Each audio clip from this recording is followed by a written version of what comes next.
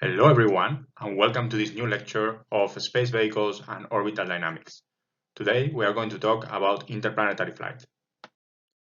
The problem of interplanetary flight is best studied, at least at a preliminary level, with the patch-conic method.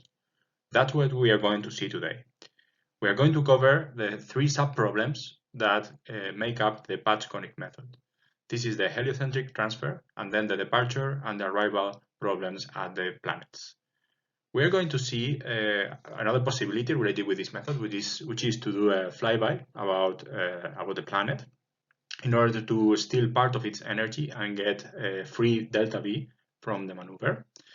And then we are going to see how this method, which originally we're going to see only a restricted version of it, can be generalized, and how we can include tools such as the pork chop diagram. And finally, we are going to see the B-plane targeting method, which allows us to tailor the entry point at the sphere of influence of the target planet. There are many references for this topic, but I can particularly recommend the Curtis book, which you can see on the slide. And this is quite nice treatment for the interplanetary flight problem. Okay, so let us begin with the context. The interplanetary flight problem is far more complicated than the problems that we have seen so far, because it is an example of an n-body problem. We have to consider not only the Earth and our spacecraft, but also the Sun and at least another planet to make the interplanetary flight problem. So this in general requires us to do the full integration of the n-body problem, which is far more complicated than the problems that we have seen so far. However, there is a very interesting approximation that allows us to do preliminary mission analysis in the interplanetary flight problem. And this is the so-called patch-conic method. Okay? The idea is as follows. We essentially subdivide the space around of the problem. We divide that into different regions of influence. Most of the solar system is going to be the region of influence of the sun. And when we are out there, we are going to describe the motion of our spacecraft as a two-body problem with respect to the sun. Okay? Now, very close to the planets, there will be special regions, which we will call the sphere of influence of each of these planets, where the motion of our spacecraft is best described as a two-body problem with respect to that planet, ignoring everything else. Okay? So the key idea of the patch-conic method is to compute these arcs, okay, these parts of conic sections, and then patch them together to describe the full motion of the interplanetary flight. All right. Okay. So no matter how complicated the problem, we are always going to describe each part of the trajectory as a two-body problem. Okay. Every time that our spacecraft enters or leaves a region of influence, we have to change into a new two-body problem with a new central body for the motion. Okay. Every time we do that, we will have to convert the position and velocity vectors from the local reference frame of the planet, for instance, to another one with respect to the sun, for instance. Okay, so that's what we will be doing all the time. Now, in order to start with the patch-conic method, we are going to focus our attention in this so-called restricted version of the method. Okay, so to make things simpler, we are going to consider several assumptions. First of all, in the scale of the solar system, which is very, very large, the size of this sphere of influence of each of these planets is completely negligible. Okay, they are very, very small, even if this diagram suggests the opposite. This is just a sketch. Okay, so they are very, very small and their size can be neglected. This means, among other things, that when we consider the time of flight within this sphere of influence, this time will be negligible compared to the time of flight in the heliocentric part of the trip. Okay. Now, to make things even simpler, we are going to consider that all planets are moving in circular and coplanar orbits. Okay, and that all maneuvers that we carry out, they are going to be impulsive and instantaneous. Okay, so this is only good for chemical propulsion transfers. And moreover, in order to study the problem, at least initially, we are going to consider that we do a Hohmann transfer in the heliocentric problem. Okay, we will later generalize this and we will allow for other transfers for this problem. Now, in these slides, I'm going to be talking all the time about the Earth and Mars as the departure and the arrival planets. Okay, this is just an example. And of course, if we study another system, we can do the same thing. We just need to change things accordingly. So this method is quite accurate, okay? It's clearly not enough to do precision work, but at least it can be applied to get a first guess of what is going to be the transfer in interplanetary flight, okay? And moreover, nowadays, it is a good starting point for optimizers, okay? We can have a much more complex simulator and an optimizer to try to find the best transfer possible for a given mission. And usually these optimizers need some initial guess, okay? So the patch-conic method is a good starting point for that. Apart from studying the trip from the Earth to Mars, we can also study the so-called gravity assist maneuvers, okay, the flybys about a planet. That's basically when we enter the sphere of influence of a planet, and we also, we don't stay there, we just leave again back into heliocentric space, okay?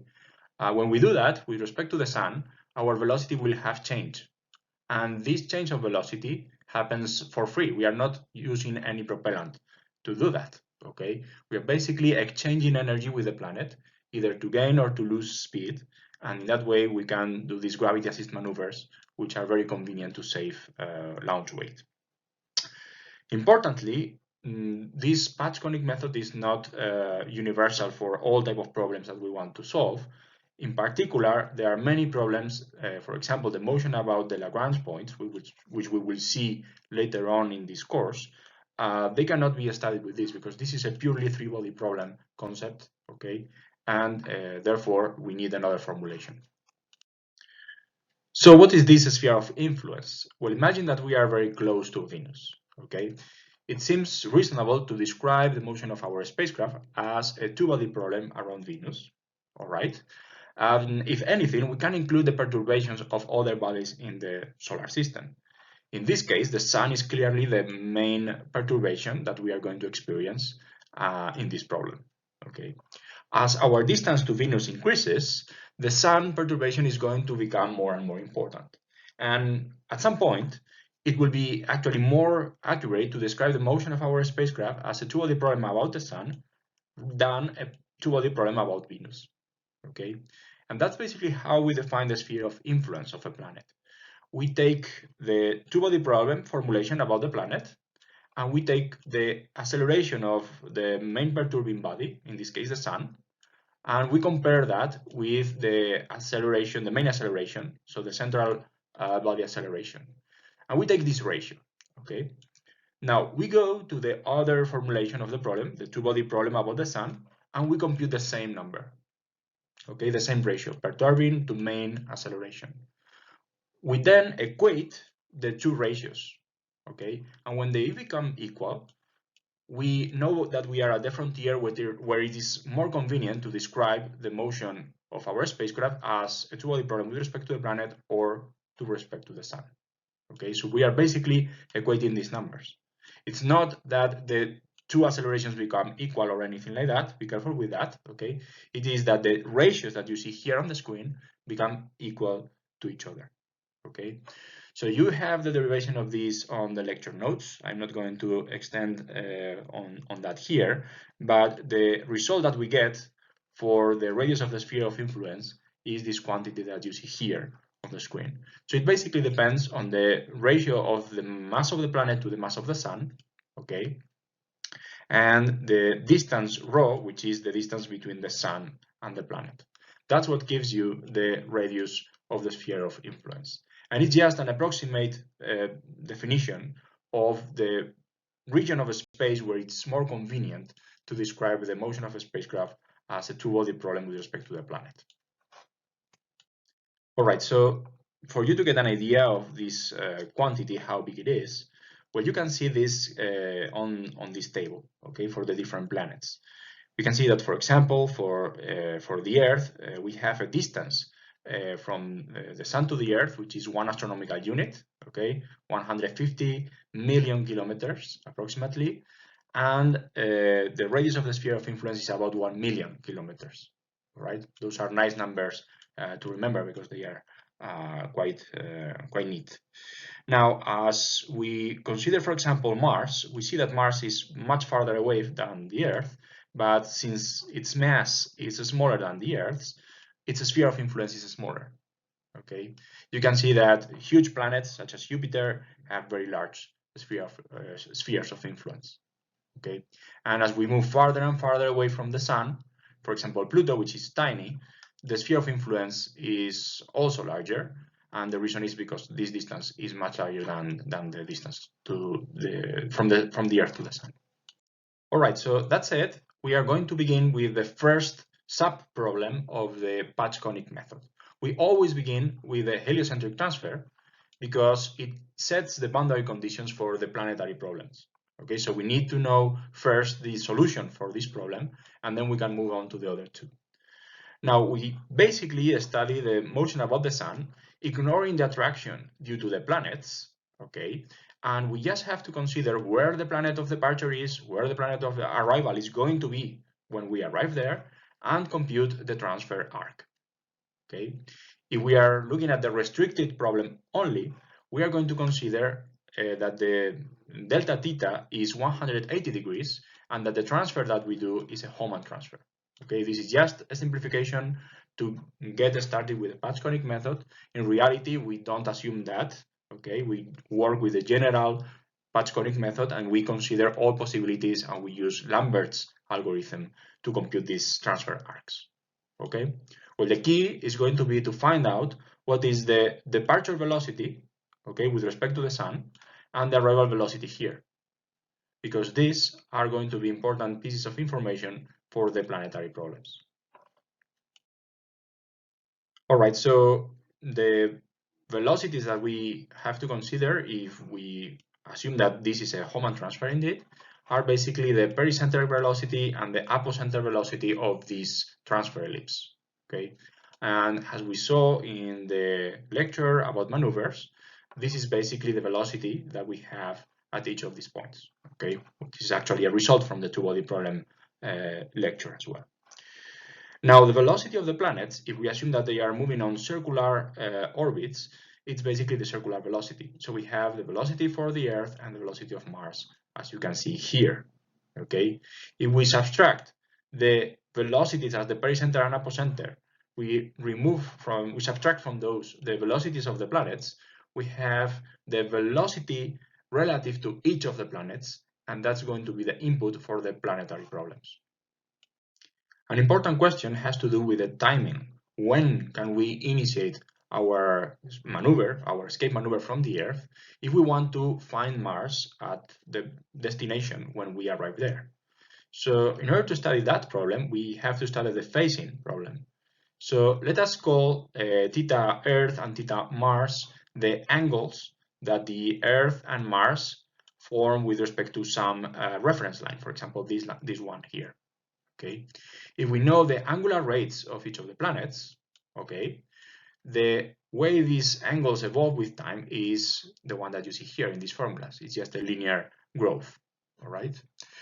Now, what matters to us is not the value of these angles per se, it is the difference between these two angles, all right? So at any given instant of time, this difference is evolving with the formula that you see here. It's basically the difference between these two equations, all right?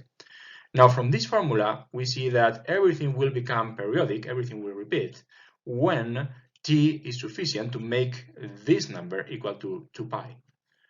From there, we can define the period of this system, which is the formula you see over here. Okay, note that we have this absolute value because the delta n can be positive or negative depending on whether we go to an outer planet or to an inner planet. Okay, so this period here is what we call the synodic period, all right? And it's the time it takes for this relative phase angle to repeat, okay? All right, if we are considering Hohmann transfer, the time for travel, we know it, okay? We can compute it directly from the half of the period of the transfer ellipse, and it is the formula that you have over here. So the condition that we have to establish is the one that you see on the screen. Okay, so essentially we want that when we reach to Mars at time t2, okay, where t2 is equal to the departure time plus this transfer time, okay, we want that to be equal to the angle that we started with when we departed the Earth plus pi.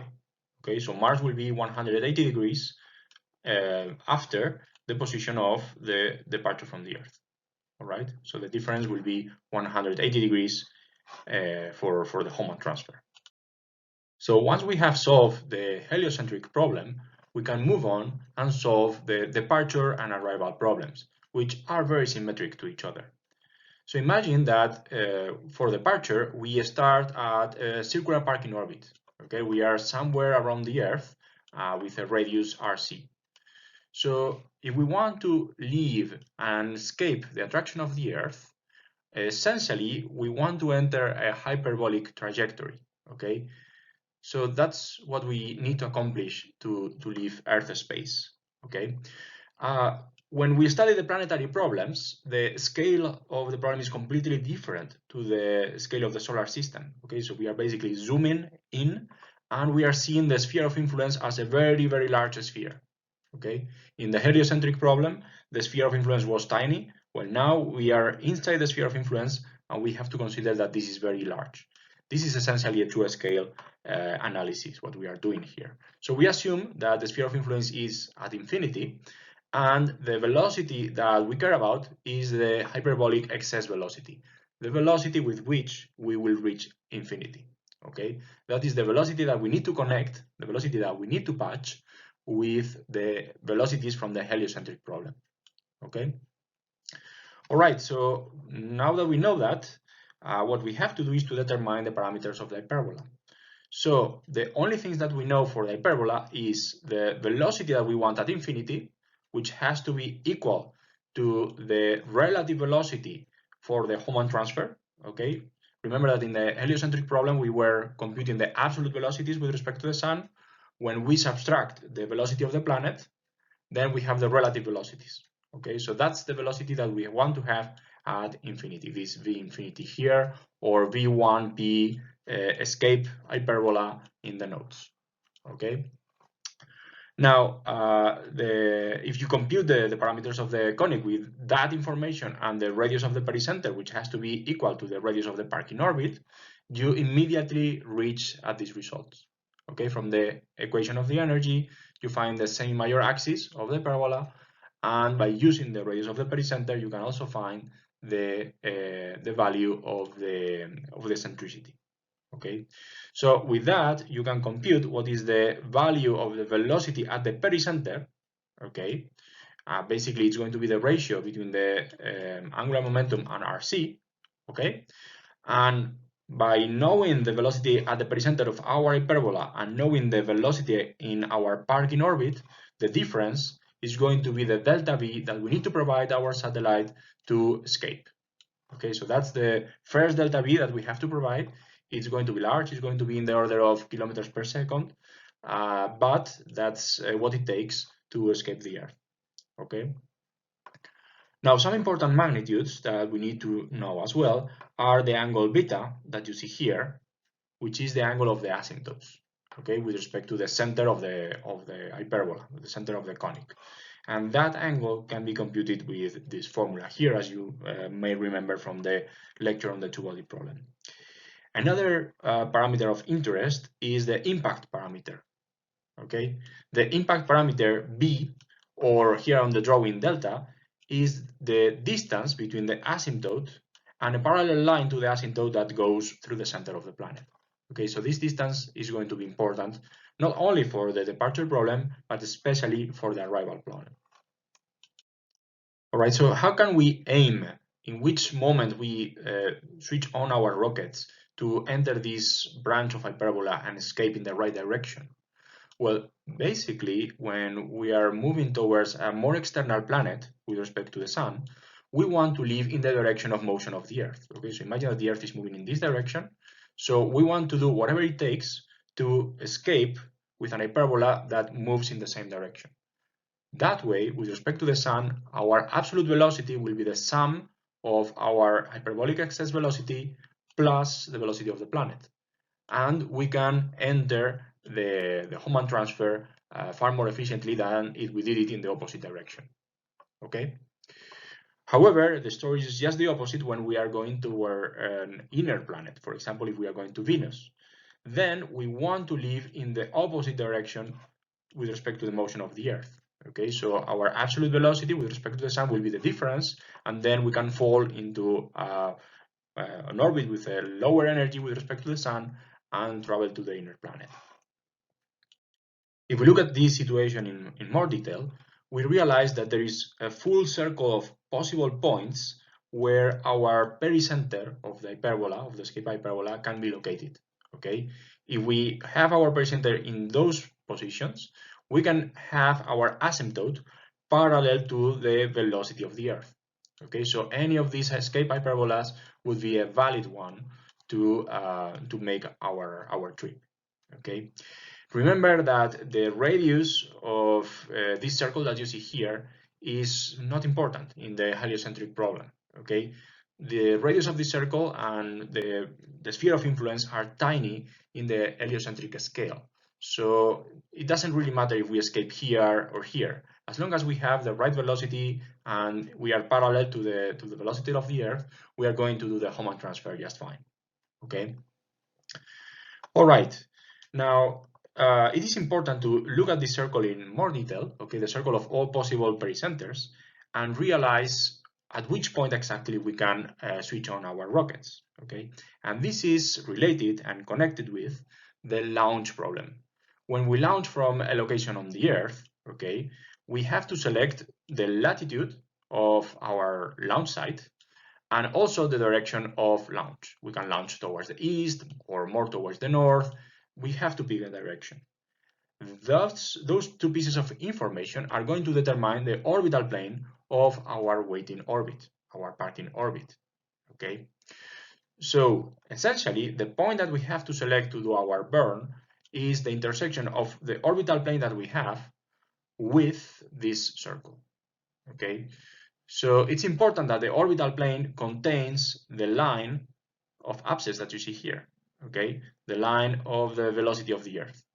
Then it is possible that our orbital plane, our orbit, passes by this line, and we can have an impulse here, which is tangential to the velocity that we already have, and that's the cheapest way to do the trip. Okay, so if you want to look at this launch problem in more detail, you have all the information on the notes. Okay, we use a vector treatment.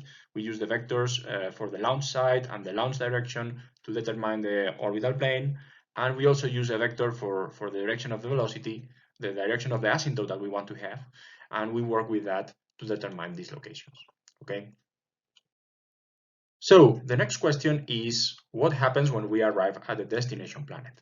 Okay, it is important to know that along the heliocentric transfer, we are going to do some correction maneuvers, okay, some tiny thrusts from our rockets to correct the trajectory just in the precise way so that we arrive where we want on the sphere of influence of the target planet. Okay, so just by doing some corrections with a lot of time in advance, we can decide to enter our sphere of influence here or here or here.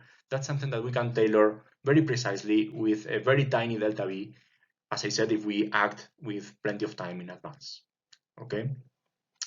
So the geometry of the arrival problem is essentially the same as the geometry of the departure problem. We are also going to have an hyperbola, okay, and we enter from infinity with respect to the planet. Okay, again, we zoom into the neighborhood of the planet, and the sphere of influence is very large in this scale. All right, and if we know our impact parameter, which is something that we can choose with these TCMs, with these trajectory control maneuvers, then if we know also our velocity, we can determine what is our hyperbola, we can see what is the position of the pericenter, and what is our velocity there. All right.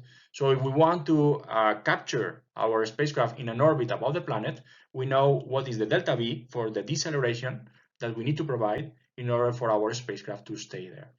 Okay.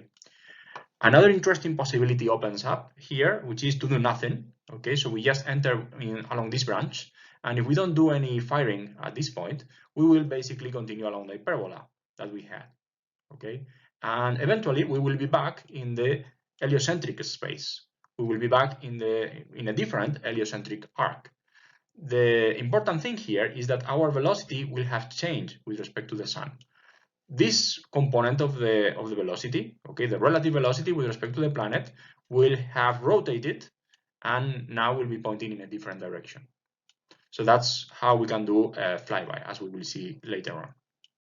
In the case that we want to capture our spacecraft, we will need to provide this delta V, okay, basically the difference between the velocity of the hyperbola at pericenter and the circular velocity of the science orbit. All right, we're assuming that we are doing this firing in a tangential way so that we can perform this operation with scalars. Of course, if you want to do something more fancy, you will need to use vectors for this difference.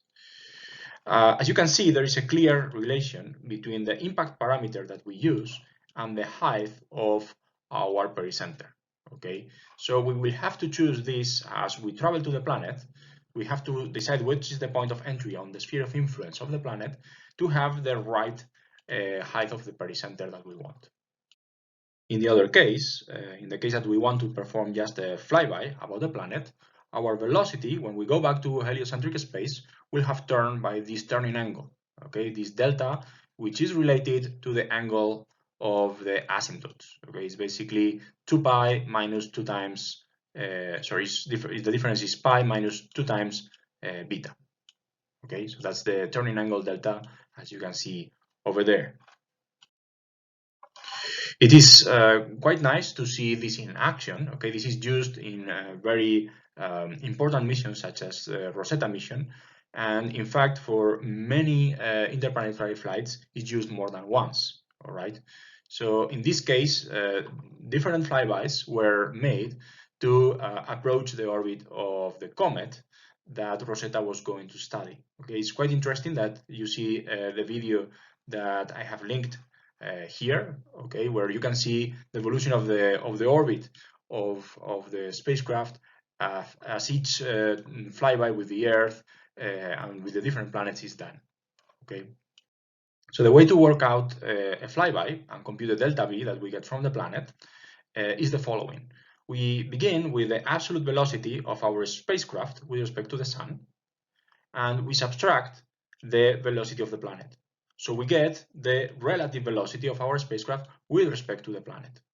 All right, that's the velocity that we need to use when we work with this hyperbola.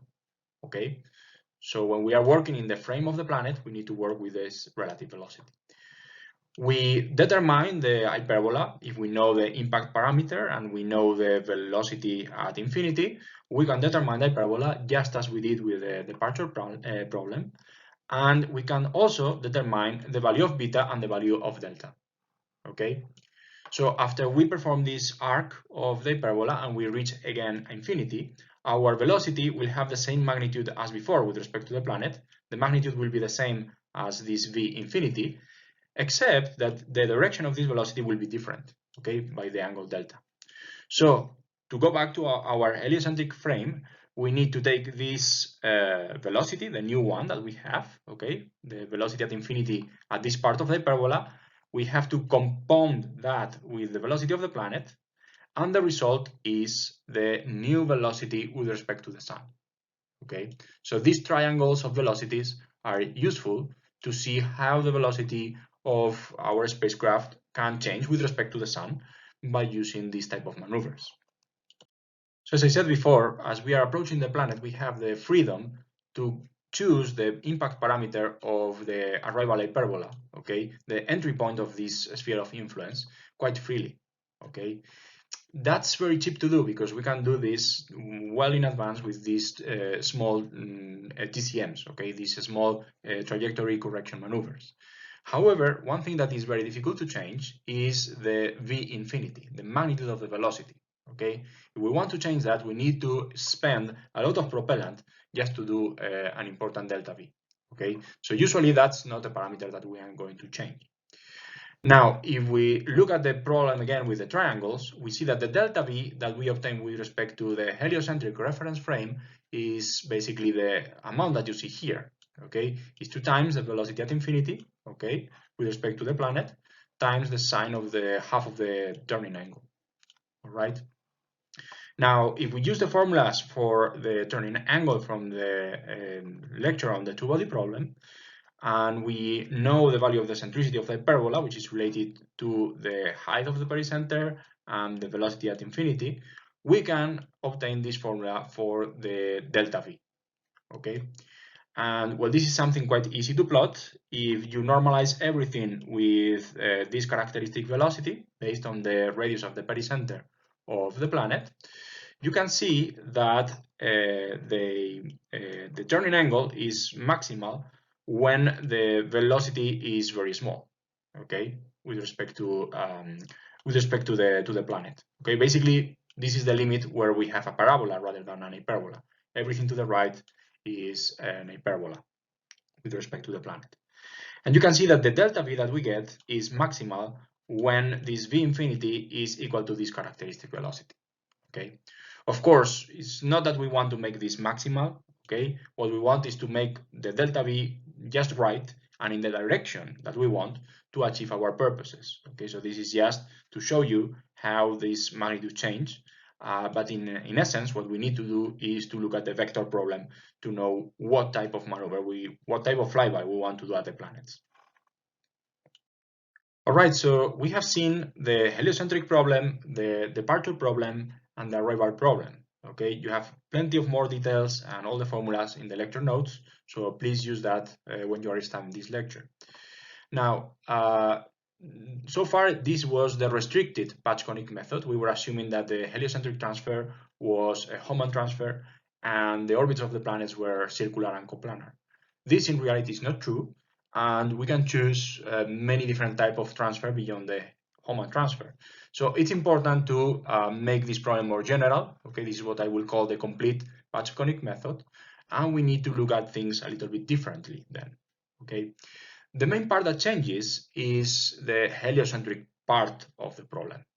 Okay, so we have to account for the actual position of the planets when we depart and when we arrive at destination. Okay, so for a given departure date and a given time of flight or a given arrival time, we have to know where our departure planet is and where our target planet is going to be.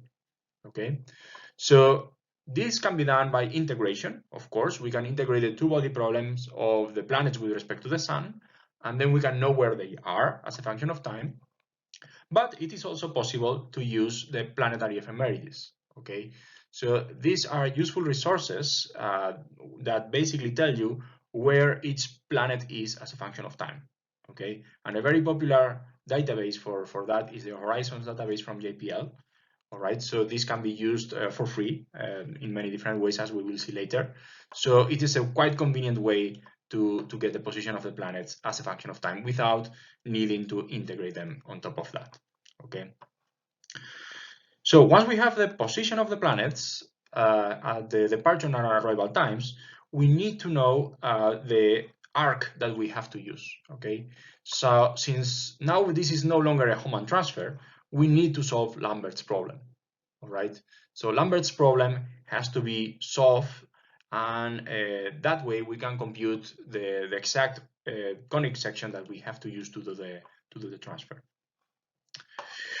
Eventually, we could also include the finite size of the sphere of influence to do a more accurate patching between the different problems, okay? But this is usually not done because the error that we commit by not including the radius of the sphere of influence is comparable to the error of the method per se, okay? So before we do that, we would like to include perturbations and more things on the trajectory, all right? Those effects are probably more important than this. But of course, this also could be done to make the effect more important, to take into account the finite size of the sphere of influence. So what are these ephemerides? Well, ephemerides is a fancy name for the position, velocity, or classical orbital elements of a planet or a body in general as a function of time, okay? And instants of time in astrodynamics are usually referred to as epochs, all right? So there are many different databases for ephemerides. Quite convenient one is NASA's JPL Horizons database, which you can access through this link. Okay, this is basically the website of the database, and there you can query different aspects of each planet, okay, or bodies. Essentially, you can access it in different ways. You can access these through a web interface, using the Telnet protocol, or also using some software. For instance, NASA also provides SPICE, okay, or its MATLAB version, which is MICE. And from those tools, you can also access the ephemerides, all right?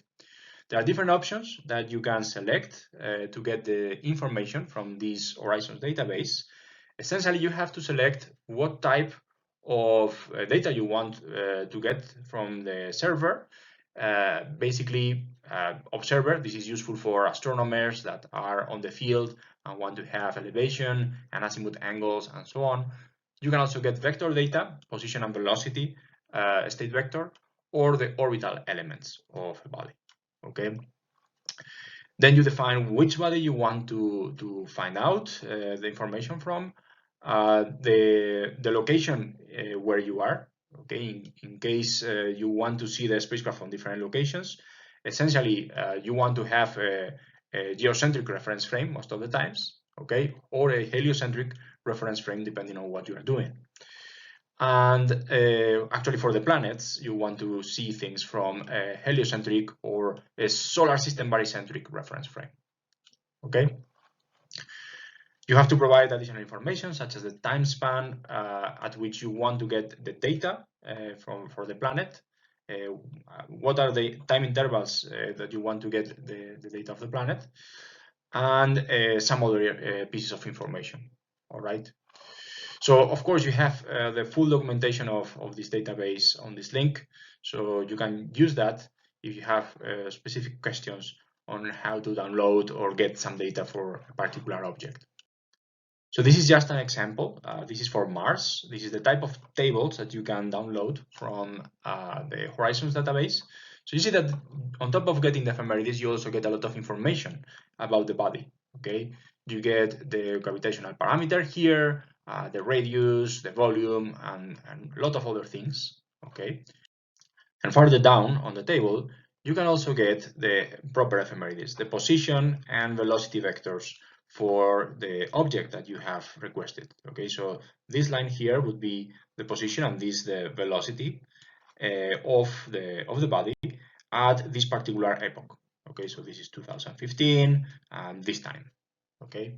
So from that information, you can know exactly where the planets or different objects, moons, etc., are located as a function of time.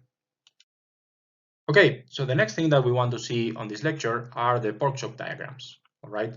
Remember from our previous lecture on initial orbit determination that we had the Lambert's problem, and as I said already there, it is a useful tool to construct these pork chop diagrams, okay, which are an essential tool to find the optimum launch window for interplanetary travel, okay? We can plot contour levels of the cost of a particular mission for a given launch date and a given arrival date, and from that information we can select what is the best option, all right?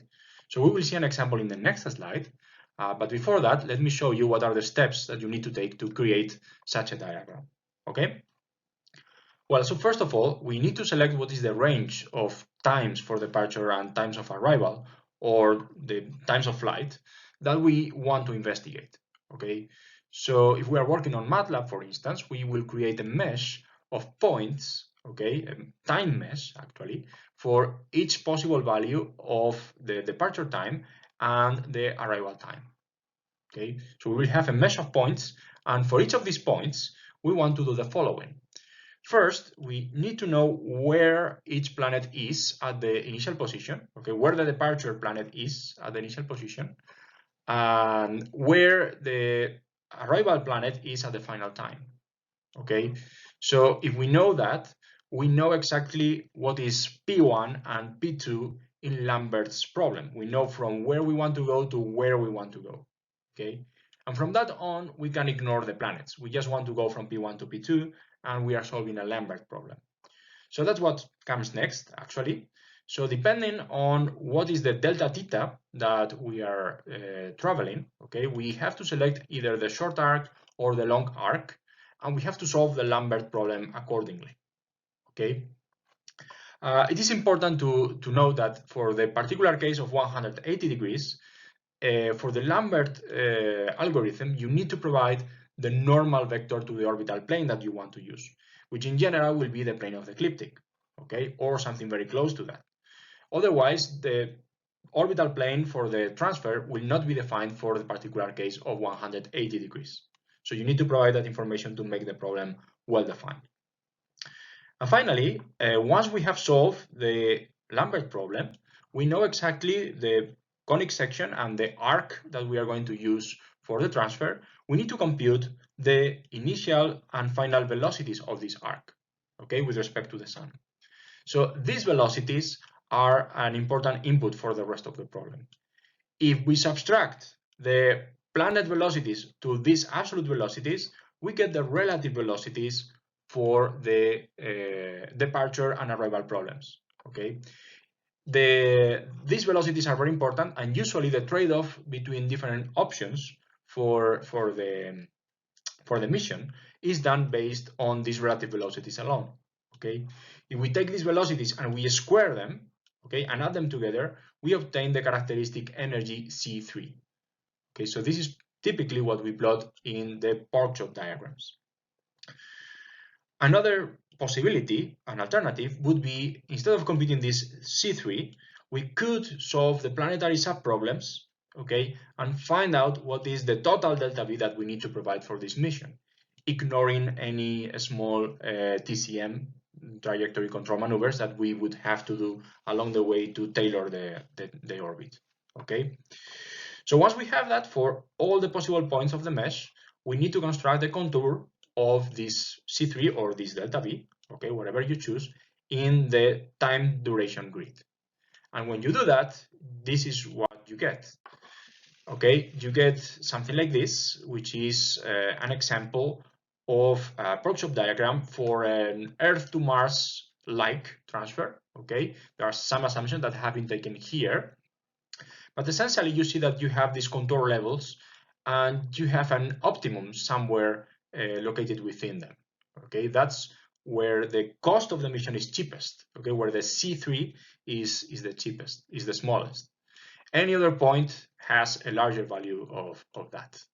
Okay, in this example, I have drawn the lines of constant delta theta.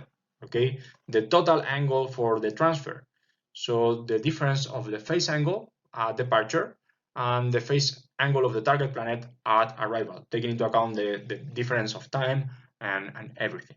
Okay, so this line here would be when the arc that we want to describe has zero angle. Okay, so clearly the solution here is very, very expensive. In fact, none of these contours that I have chosen to draw intersect that, because the cost here is much higher than these values that you see here. Okay. I have also drawn this horizontal line, which is related to the travel time for a Hohmann transfer.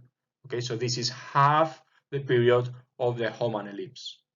Okay, so interestingly, the intersection between the 180 lines for the delta theta and the travel time for the Hohmann transfer give you the possible Hohmann transfers. Okay, so these points here are Hohmann transfers. And for this particular problem, which I have simplified for the purpose of this lecture, those are the optima. Okay, when you do the Hohmann transfer, you get the minimum possible C3. Okay. Another interesting feature that you can see always in this type of pork chop diagrams is the repetition. Okay, if you move the figure an amount of days towards the right, the figure that you get, the pattern, is the same one.